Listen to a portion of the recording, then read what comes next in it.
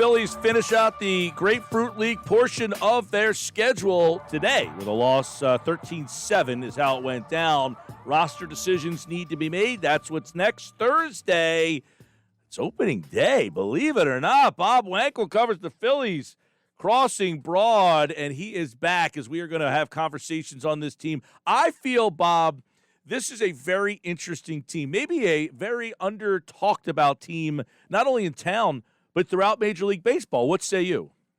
Yeah, I agree with that. I think one of the things that seems to be tempering enthusiasm, at least locally, is just the division and understanding that the Braves have been really good the last few years and everything that the Mets have done this offseason. So I think that fans are kind of looking at the Phillies as a team that's let them down for almost a decade now. And I think that people recognize that there's some parts here and that they could be good, but I think that there's like a show me quality about this team. Like people need to see a fast start before they really invest. All right. The final roster is not in the books yet, but we did get a couple breadcrumbs over the last couple of days here. You said you were you didn't think Kingery was going to make it. I thought not a lot of people were saying that.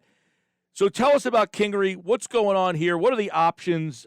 Is this a long-term thing? I mean, are they done with him? Are they going to try to trade him? Will they try to sneak him through, get him off the 40-man, see if somebody picks up that contract? What are some of the things with Kingery here? I think I saw it suggested that maybe they would try to sneak him off of the 40-man and see what would happen. My sense is it's an interesting idea. My sense is that somebody would probably come in and scoop him up, believe it or not, despite what he's done. Would the Phillies be okay with that contract, and just say, you know what, you take the contract? Hey, here you go. Good luck. Maybe, but you try to sift through the organizational speak. But I listened to Joe Girardi yesterday talk about Scott Kingery, and there's some element of lip service to things sometimes, but I think that there was a genuine belief that Joe Girardi and some other people in the organization still believe that he can get things figured out and be a really high-quality player. So I still believe the Phillies are in on Scott Kingery. And to be honest with you, when I said that he could maybe not make the opening day roster, it's not because I think that Scott Kingery is a bad baseball player, but I really think that the Phillies are looking at this as we have a player here that we believe has some upside. What can we do to get him to figure it out? And I don't think that giving him 4 or 5 at-bats a week as he's trying to find his way in the middle of games against Braves, or the Braves and the Mets to start the season is fair to him. And I don't think it's good for the team. And that's why 2 weeks ago, it kind of started to cross my radar. Hey, this might not make sense. And the Phillies kind of came to that same conclusion. Yeah. Center field, do we feel like we have an answer here yet? Because to me, and let's see what you think. I mean, is this between – I would imagine there's one spot left for 2 guys, and one of them has to be Herrera. The other one is what, Hazley or Quinn? Yeah, I mean, all along I thought that Roman Quinn was on the team, that he sort of cemented his role on this team. I know that he has strikeout issues. I know that there are some warts there, but, he does provide the speed element. He can be a good defender at times, and he can hit a little bit from the right side. And so that's the issue with Roman Quinn. Like, that's why I think he's on the team. Then it comes down to, obviously, Odubel Herrera and Adam Hazley. Listen, Adam Hazley had better numbers than Odubel Herrera this spring. I know Adam Hazley missed a lot of time, but if it really is just based on play, then Adam Hazley is who they bring. I've been saying for a month now that Odubel Herrera offers more upside. I believe that. My evaluation of the 2 players is that Odubel Herrera, though can create headaches, has more upside than Adam Hazley. In a division where you're trying to chase down the Braves and the Mets, teams with superior talent, I think you have to take a gamble in certain spots. Adam Hazley has an option. I don't think it's the worst thing in the world to see what Odubel Herrera does for 2 weeks at the major league level. I just hopped off a Zoom midway through Joe Girardi after the game. He still isn't giving it to reporters. So he says he's going to talk to the guys tonight. I would expect the answer to this question to finally leak tonight. To answer your question, Mike, I've been back and forth a million times. I said Odubel Herrera on Saturday. I'm just going to stick with it. I could be very wrong. Yeah, that one's interesting, and it got clouded a bit because you would imagine that, okay, they'll just keep all 3 of those guys because Girardi said, I guess it was a week or so ago, Quinn stole a base. He ended up scoring a run on a ground ball, but he stole third. And Girardi said, look, hey, he knows that. I talked to Q. He knows his role because he does stuff with his legs. We can insert him in the middle of a game and steal a base and boom. So it sounded like, all right, that's going to be his role. But when they said yesterday that Torres was going to make the team, I know that you might not be surprised, but that took one of those guys' spots. Yeah, I kind of thought things were shaping up with Kingery leaving, Torres, who Joe Girardi just seems to love.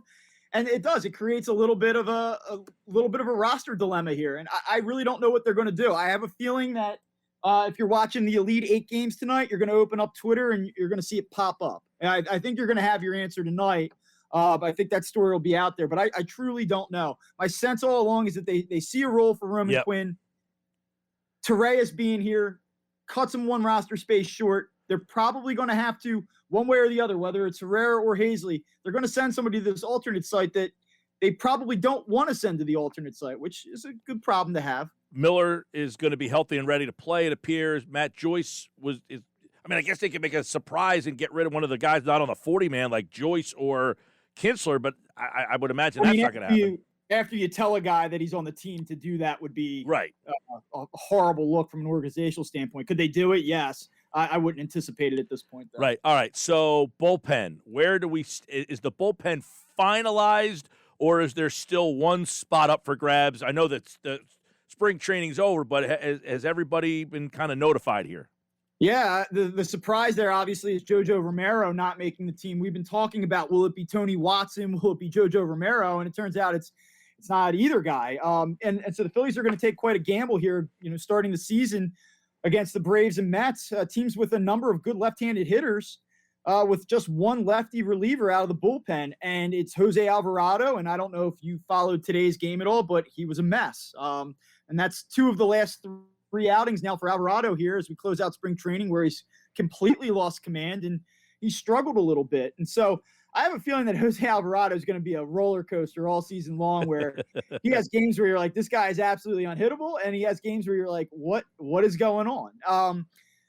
I think that the Phillies are a little bit more comfortable than a lot of people are with some of the reverse splits with their righty relievers. Brandon Kinsler historically has better numbers against lefties than he does righties. Connor Brogdon, I know, is really young. Pitched in a small sample at the major league level in 2020, but was awesome against lefties last year. In 2019, across 3 minor league levels, he was better against lefties than he was against righties. So I think that there's some hope, some faith in those guys.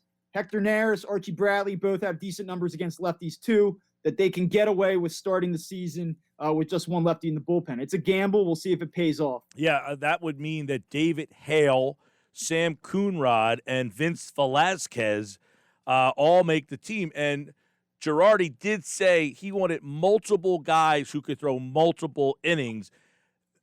So they included Hale there, and I guess that's Velasquez. What is the plan for Howard, who they sent down over the weekend? This is kind of a little bit of a wonky situation.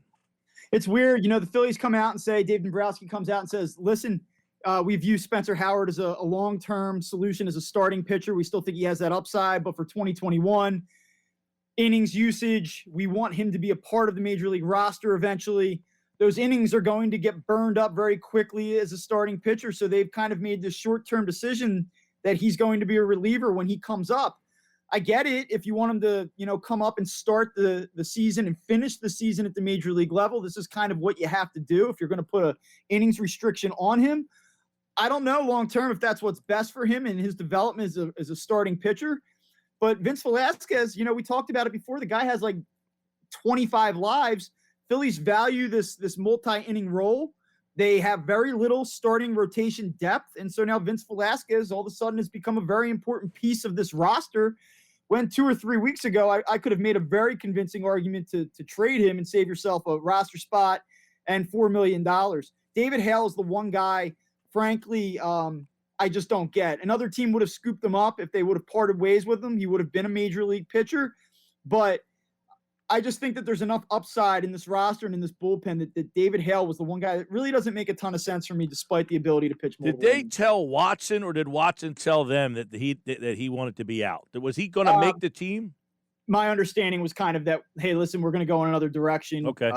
And he said, okay, well, if that's the case, then I don't want to be sent to AAA. Let me out. All right. And he had that right, and so that's how that played out. Opening day, ninth inning, they need a closer. Who do they call? Well, if you would have asked me this 2 hours ago, I would have told you Hector Neris. Hector Neris's velocity was down on his average fastball was down like 3 or 4 miles an hour today.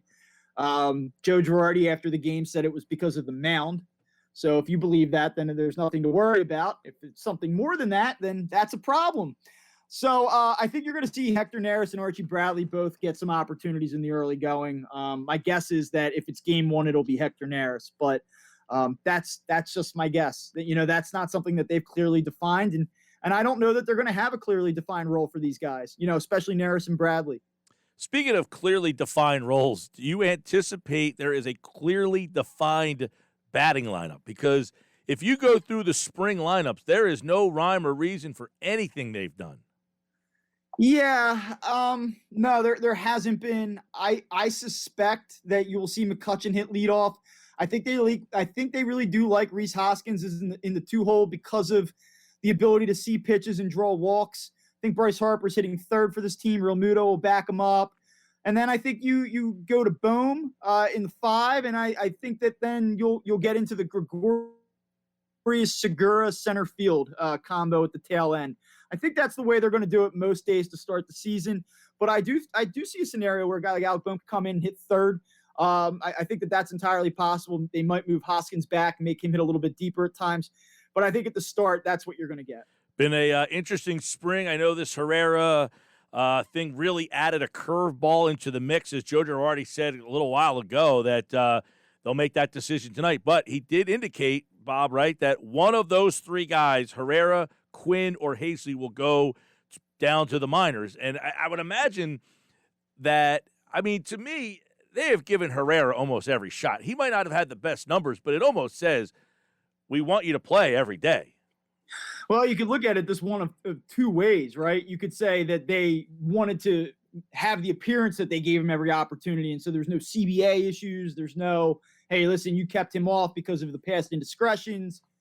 But I will say this. Listen, I only heard the front end of what Joe Girardi said after the game today, and I don't know what they're going to do. But he was very adamant that this is the way it's been negotiated and bargained between the owners and the Players Association. Yep. Seems to kind of, I don't want to say be defensive of Odubel Herrera, but it's just talking like a guy who at some point knows this guy is going to be in his clubhouse. And so maybe it's not this week, but I think it's coming eventually. And I think that the Phillies see upside in him, and I believe he'll be part of the mix at some point. Just apropos that yesterday Herrera has one of his bigger days. Hazley gets 2 hits today in his last chance. I think Quinn had food poisoning late in here, so we'll see how that factors in. Should be a wild ride. It all starts on Thursday, and it'll be Aaron Nola getting the start there. Eflin through today, so I guess he'll be ready to go for his start. Everybody is healthy. Good. You think JT is going to be behind the dish opening day? Yeah, I feel good about him. He's not having any issues, and he's performed very well. Considering that he just kind of had to come in and sprint to the end of spring training here. The numbers look good. The swings look good. Yep. I don't think there's any concern at all about the health of JT Realmuto. Starting lineup looks like it's in a pretty good spot right now. And so Phillies escaped Clearwater relatively healthy. They lost guys for periods of time, but going into the regular season here, it looks like they're in pretty good shape that way. All right, there we go. Thursday it all begins, and Bob Wankel crossing broad. Follow him at Bob Wankel CB. He'll be back on Friday as we will look at the Phillies and the Braves. And, of course, he, like all guests, appeared via the Boardwalk Auto Hotline. All right, pal. Take care. See you, man. Take it easy.